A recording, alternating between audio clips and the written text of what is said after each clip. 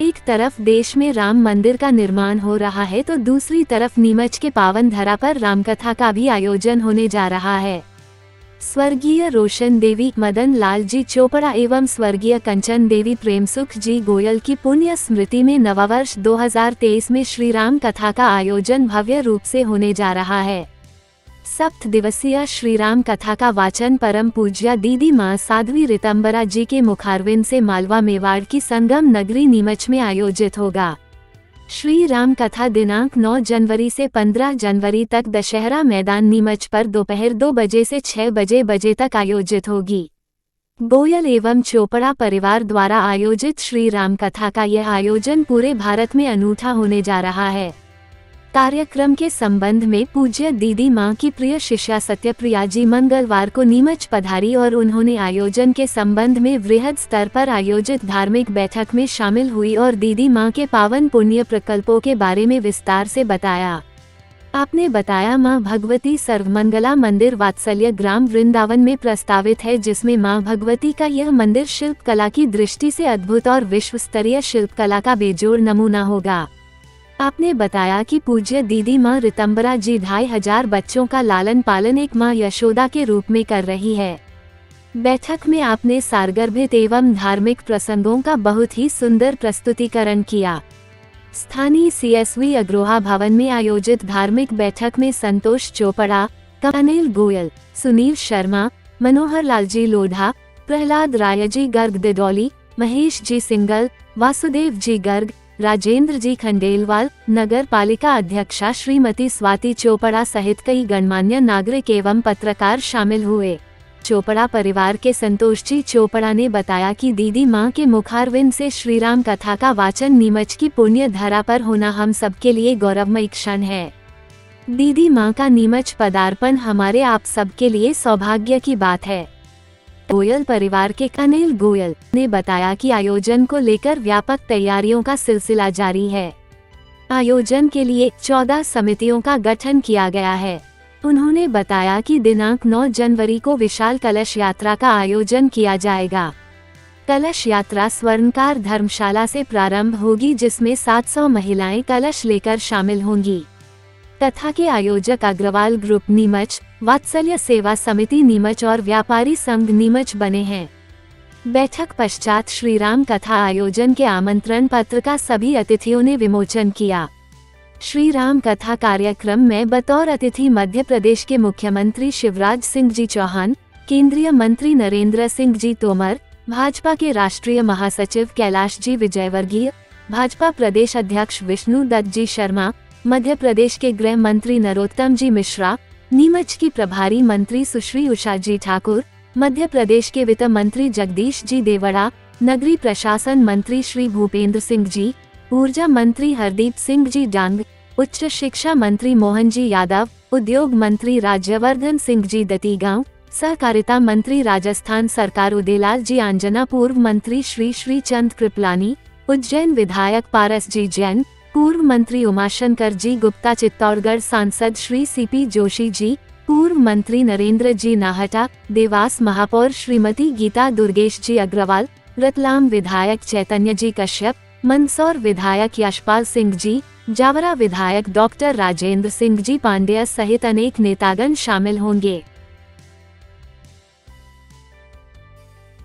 नीमच ही नहीं अपितु नीमच के आसपास संपूर्ण क्षेत्र का सौभाग्य नहीं बल्कि परम सौभाग्य है कि पुनः इस क्षेत्र को राम कथा के भाव से पूज्य दीदी माँ जी रंगने के लिए आ रहे हैं कि जब हम राम कथा को सुनते हैं तो उस कथा के माध्यम से हम सबके जीवन में रामत उतर आता है।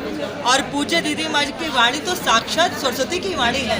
बहुत बार हम वाणी से बोलते और वो कान तक सीमित रह जाता है, पर पूज्य दीदी माँ जी की वाणी तो हृदय से निकलती है और हृदय में ही दस्तक देती है। हम सबका सौभाग्य होगा कि 7 दिन तक उनकी चरण में बैठ करके उनके श्रीमुख से निकली उस राम गंगा में निमज्जन करके हम सब धन्य होंगे, पावन होंगे। और यह आयोजन के सूत्रधार हमारे आदरणीय संतोष जी चोपड़ा अनिल जी बने हैं। हमारे प्रहलाद जी चूँकि इस वात्सल्य ग्राम के साथ वर्षों से जुड़े हुए हैं, वे सब इस कार्यक्रम को दिव्य भव्य बनाने में संपूर्ण क्षेत्र के साथ इस आयोजन में लगेंगे। और यह कार्य अपने आप में एक दिव्यतम शिखर को छुएगा, ऐसी हम सबकी कामना और अपेक्षा है। देखिए क्या होता है कि पूज्य दीदी माँ जी जब राम जन्मभूमि के कार्य के साथ जुड़े हुए थे, तब उन्होंने कई बार अनाथ आश्रम, महिला आश्रम में भी भेष बदल करके समय बिताया था। उनके हृदय में वो वेदना हुई कि जिस देश में पशुओं के भी नाथ पशुपति नाथ है, जहाँ नाथों के नाथ द्वारिका नाथ है, उस देश में कोई अनाथ कैसे हो सकता है। किसी देवकी की कोख मिल गई और यदि किसी यशोदा की गोद मिल जाए तो बच्चा भी कान्हा की तरह प्रेम पा सकता है। उस भाव पर दीदी माँ जी ने कार्य करना शुरू किया और जब काम किया तो समझ में आ गया कि 2 रोटी देना बड़ी बात नहीं है, किसी को 2 रोटी कमाने लायक बनाना ये बड़ी बात होती है। तो पूज्य दीदी माँ जी के आंगन में जो बच्चा आया, वो आया तो जो था वो पालने में, पर उसको पालकी में बैठाने तक की यात्रा पूज्य दीदी माँ जी के द्वारा हो रही है। 30 वर्ष पूर्व लगभग इस वात्सल्य के कार्य को उन्होंने प्रारंभ किया था। आज वो बच्चे पढ़ लिख के योग्य बने हैं। कोई डॉक्टर है, कोई इंजीनियर है, कोई आर्किटेक्ट है, कोई फैशन डिज़ाइनिंग में है, कोई सीए कर रहा है।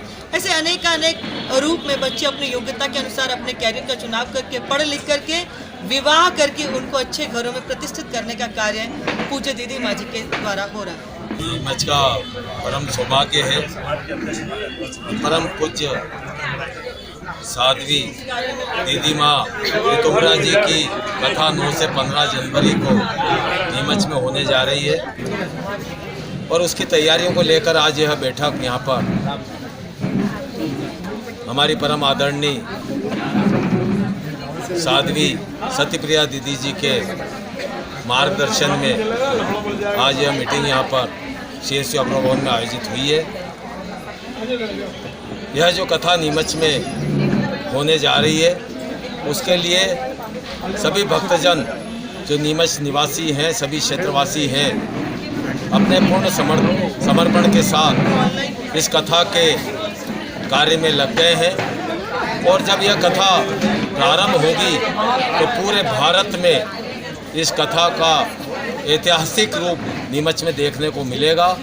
भव्य कथा नीमच में आयोजित होगी। पहले भी जब 2017 में दीदी माँ की कथा यहाँ पर आयोजित हुई थी और बहुत ही भव्य कथा यहाँ पर आयोजित हुई थी, और पुनः यह अवसर आज 2023 में हमको 9 से 15 जनवरी को यहाँ पर यह आया है। और हम सब क्षेत्रवासियों के लिए यह हम सब के लिए परम सौभाग्य की बात है कि दीदी माँ जी के श्रीमुख से हम सब कथा का श्रवण करेंगे। और मैं आप सभी से, मीडिया कर्मियों से, आपसे मीडिया साथियों से भी मैं अनुरोध करूँगा कि सभी क्षेत्रवासियों को अधिक से अधिक लाभ मिले, और उसके सबसे बड़े माध्यम आप ही हैं, और आपके माध्यम से सबको क्षेत्रवासियों को यह लाभ प्राप्त हो, ऐसी मैं आप सबसे भी निवेदन करता हूँ।